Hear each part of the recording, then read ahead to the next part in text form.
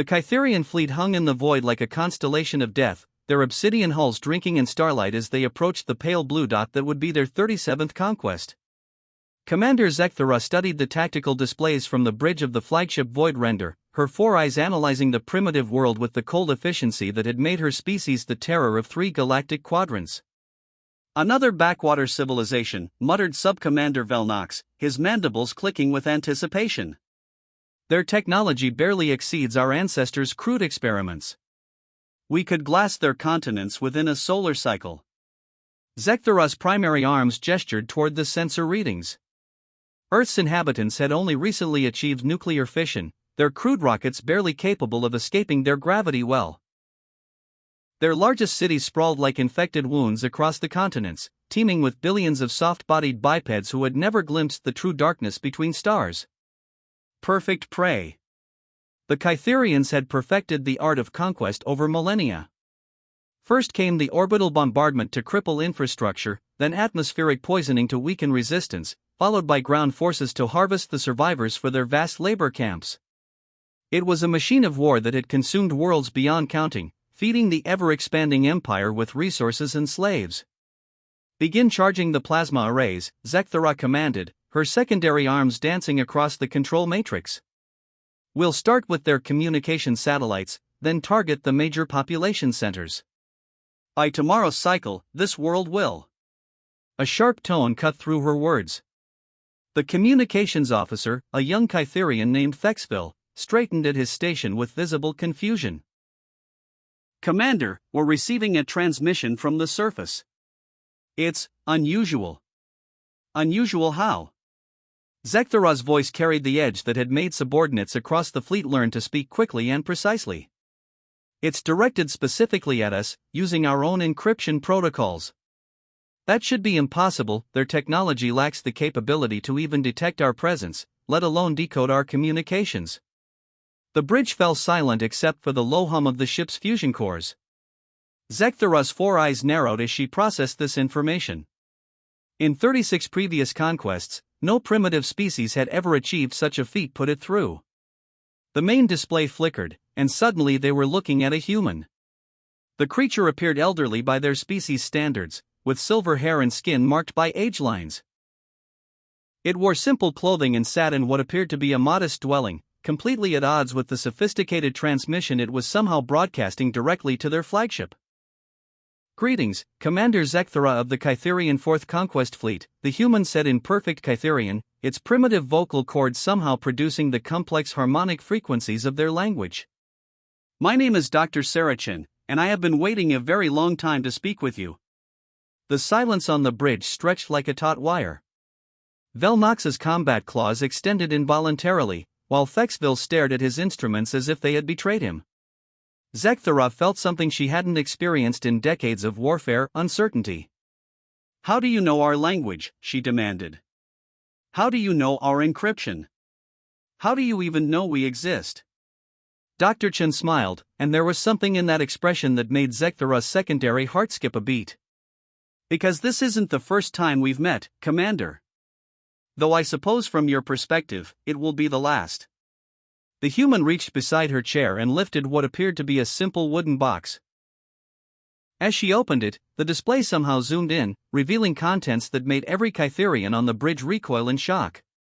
Inside lay what appeared to be a piece of obsidian hull plating, etched with symbols that were unmistakably Kytherian military designations.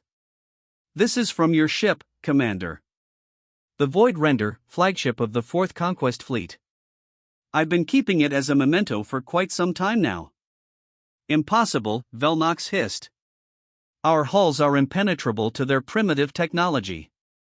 Dr. Chen's smile widened. "Oh, my dear Sub-Commander Velnox. You're thinking linearly. Tell me, what do you know about temporal mechanics?" Zekthera felt the deck plates beneath her feet seem less solid. "You're claiming to be from our future?" "Not claiming. Stating. You see, Commander, your species makes a critical error in its understanding of time. You view it as a river flowing in one direction, but it's more like an ocean. And some of us have learned to swim against the current." The human set down the box and leaned forward. I was born in 2157, Earth Standard Time. That's roughly 137 years after you would have destroyed my world, had I not sent myself back to prevent it. I've been living in this time period for 43 years, waiting for this moment. Even if such nonsense were possible, Zekthara said, though her voice had lost some of its certainty, one human could not stand against the might of our fleet. You're absolutely right, Dr. Chen agreed cheerfully. One human couldn't. But one human with 137 years of knowledge about Kytherian technology, tactics, and most importantly, psychology? That's a different equation entirely. She reached for another object, what appeared to be a simple communication device. For instance, I know that your plasma arrays require a 17-minute charging cycle, during which your ships are vulnerable to quantum cascade failures if struck at precisely the right frequency. I know that your atmospheric processors break down when exposed to a specific combination of Earth's nitrogen isotopes. And most critically, I know about the revelation. The word hit the bridge like a physical blow. Every Kytherian present knew the revelation, their species' most closely guarded secret, known only to the highest levels of command. It was the discovery that had shattered their society's fundamental beliefs and driven them to their path of endless conquest. How? The word escaped Zekthara's throat as barely a whisper. Because in my timeline, humanity eventually captured Kytherian survivors. Under interrogation, they revealed everything. Your species wasn't always conquerors, were you? You were explorers, philosophers, seekers of knowledge. Until you made first contact with the Veltar and learned the truth about the universe's ultimate fate. Dr. Chen's expression grew somber. Entropy death. The slow decay of all matter and energy until nothing remains but cold emptiness. Your species learned that all existence is ultimately meaningless, and it broke something fundamental in your collective psyche. If nothing matters, why not take what you want? Why not impose your will on the cosmos before it all ends in darkness? Zekthara's forearms had gone completely still. No outsider should know about the Veltar, about the revelation that had transformed the Kytherians from peaceful explorers into galactic predators. What do you want? To offer you something your species forgot existed, Dr. Chen said softly. Hope. She touched her communication device, and suddenly the display was filled with images, vast construction projects in space, technologies that defied Kytherian understanding, species working together across impossible scales. This is what humanity becomes, given time. Not conquerors, but builders. We don't accept entropy death as inevitable, we fight it.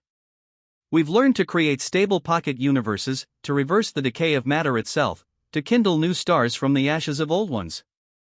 The universe doesn't have to end in darkness, Commander. We just have to be willing to work together to light new fires. The images showed Kytherians and humans working side by side, their combined knowledge creating technologies that neither species could achieve alone. Your people's despair is based on incomplete information.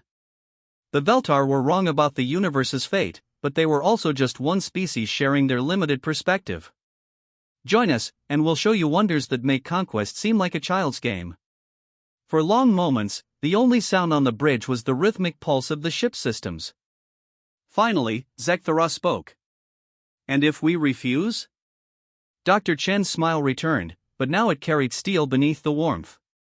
Then you'll discover that 43 years is quite sufficient time for one human to prepare a very comprehensive defense. Every one of your ships has been tagged with quantum markers. Every member of your crew has been exposed to microscopic nanoprobes through the ship's air recycling systems. I could disable your entire fleet with a single command. She paused, letting that sink in.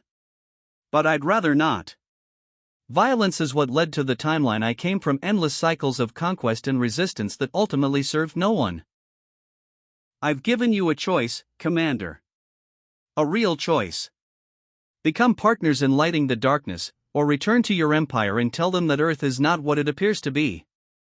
Zekthara looked around her bridge at the faces of her crew, faces that had been absolutely certain of their superiority mere minutes ago and now reflected the profound uncertainty that came with having one's worldview shattered. Show me, she said quietly. Show me these technologies. These new possibilities. Dr. Chen nodded. Transmitting coordinates now. There's a facility on our moon where we can begin discussions. I think you'll find the conversation quite illuminating. As the transmission ended, Zekthara stared at the blue world below, no longer a target for conquest, but possibly a doorway to something the Kytherians had thought lost forever. Purpose beyond destruction. Hope beyond despair. For the first time in centuries, the Kytherian fleet changed course not to attack, but to explore. And in the quantum foam of spacetime, causality rippled as a future where Earth burned was quietly erased, replaced by possibilities that neither species had dared to imagine alone.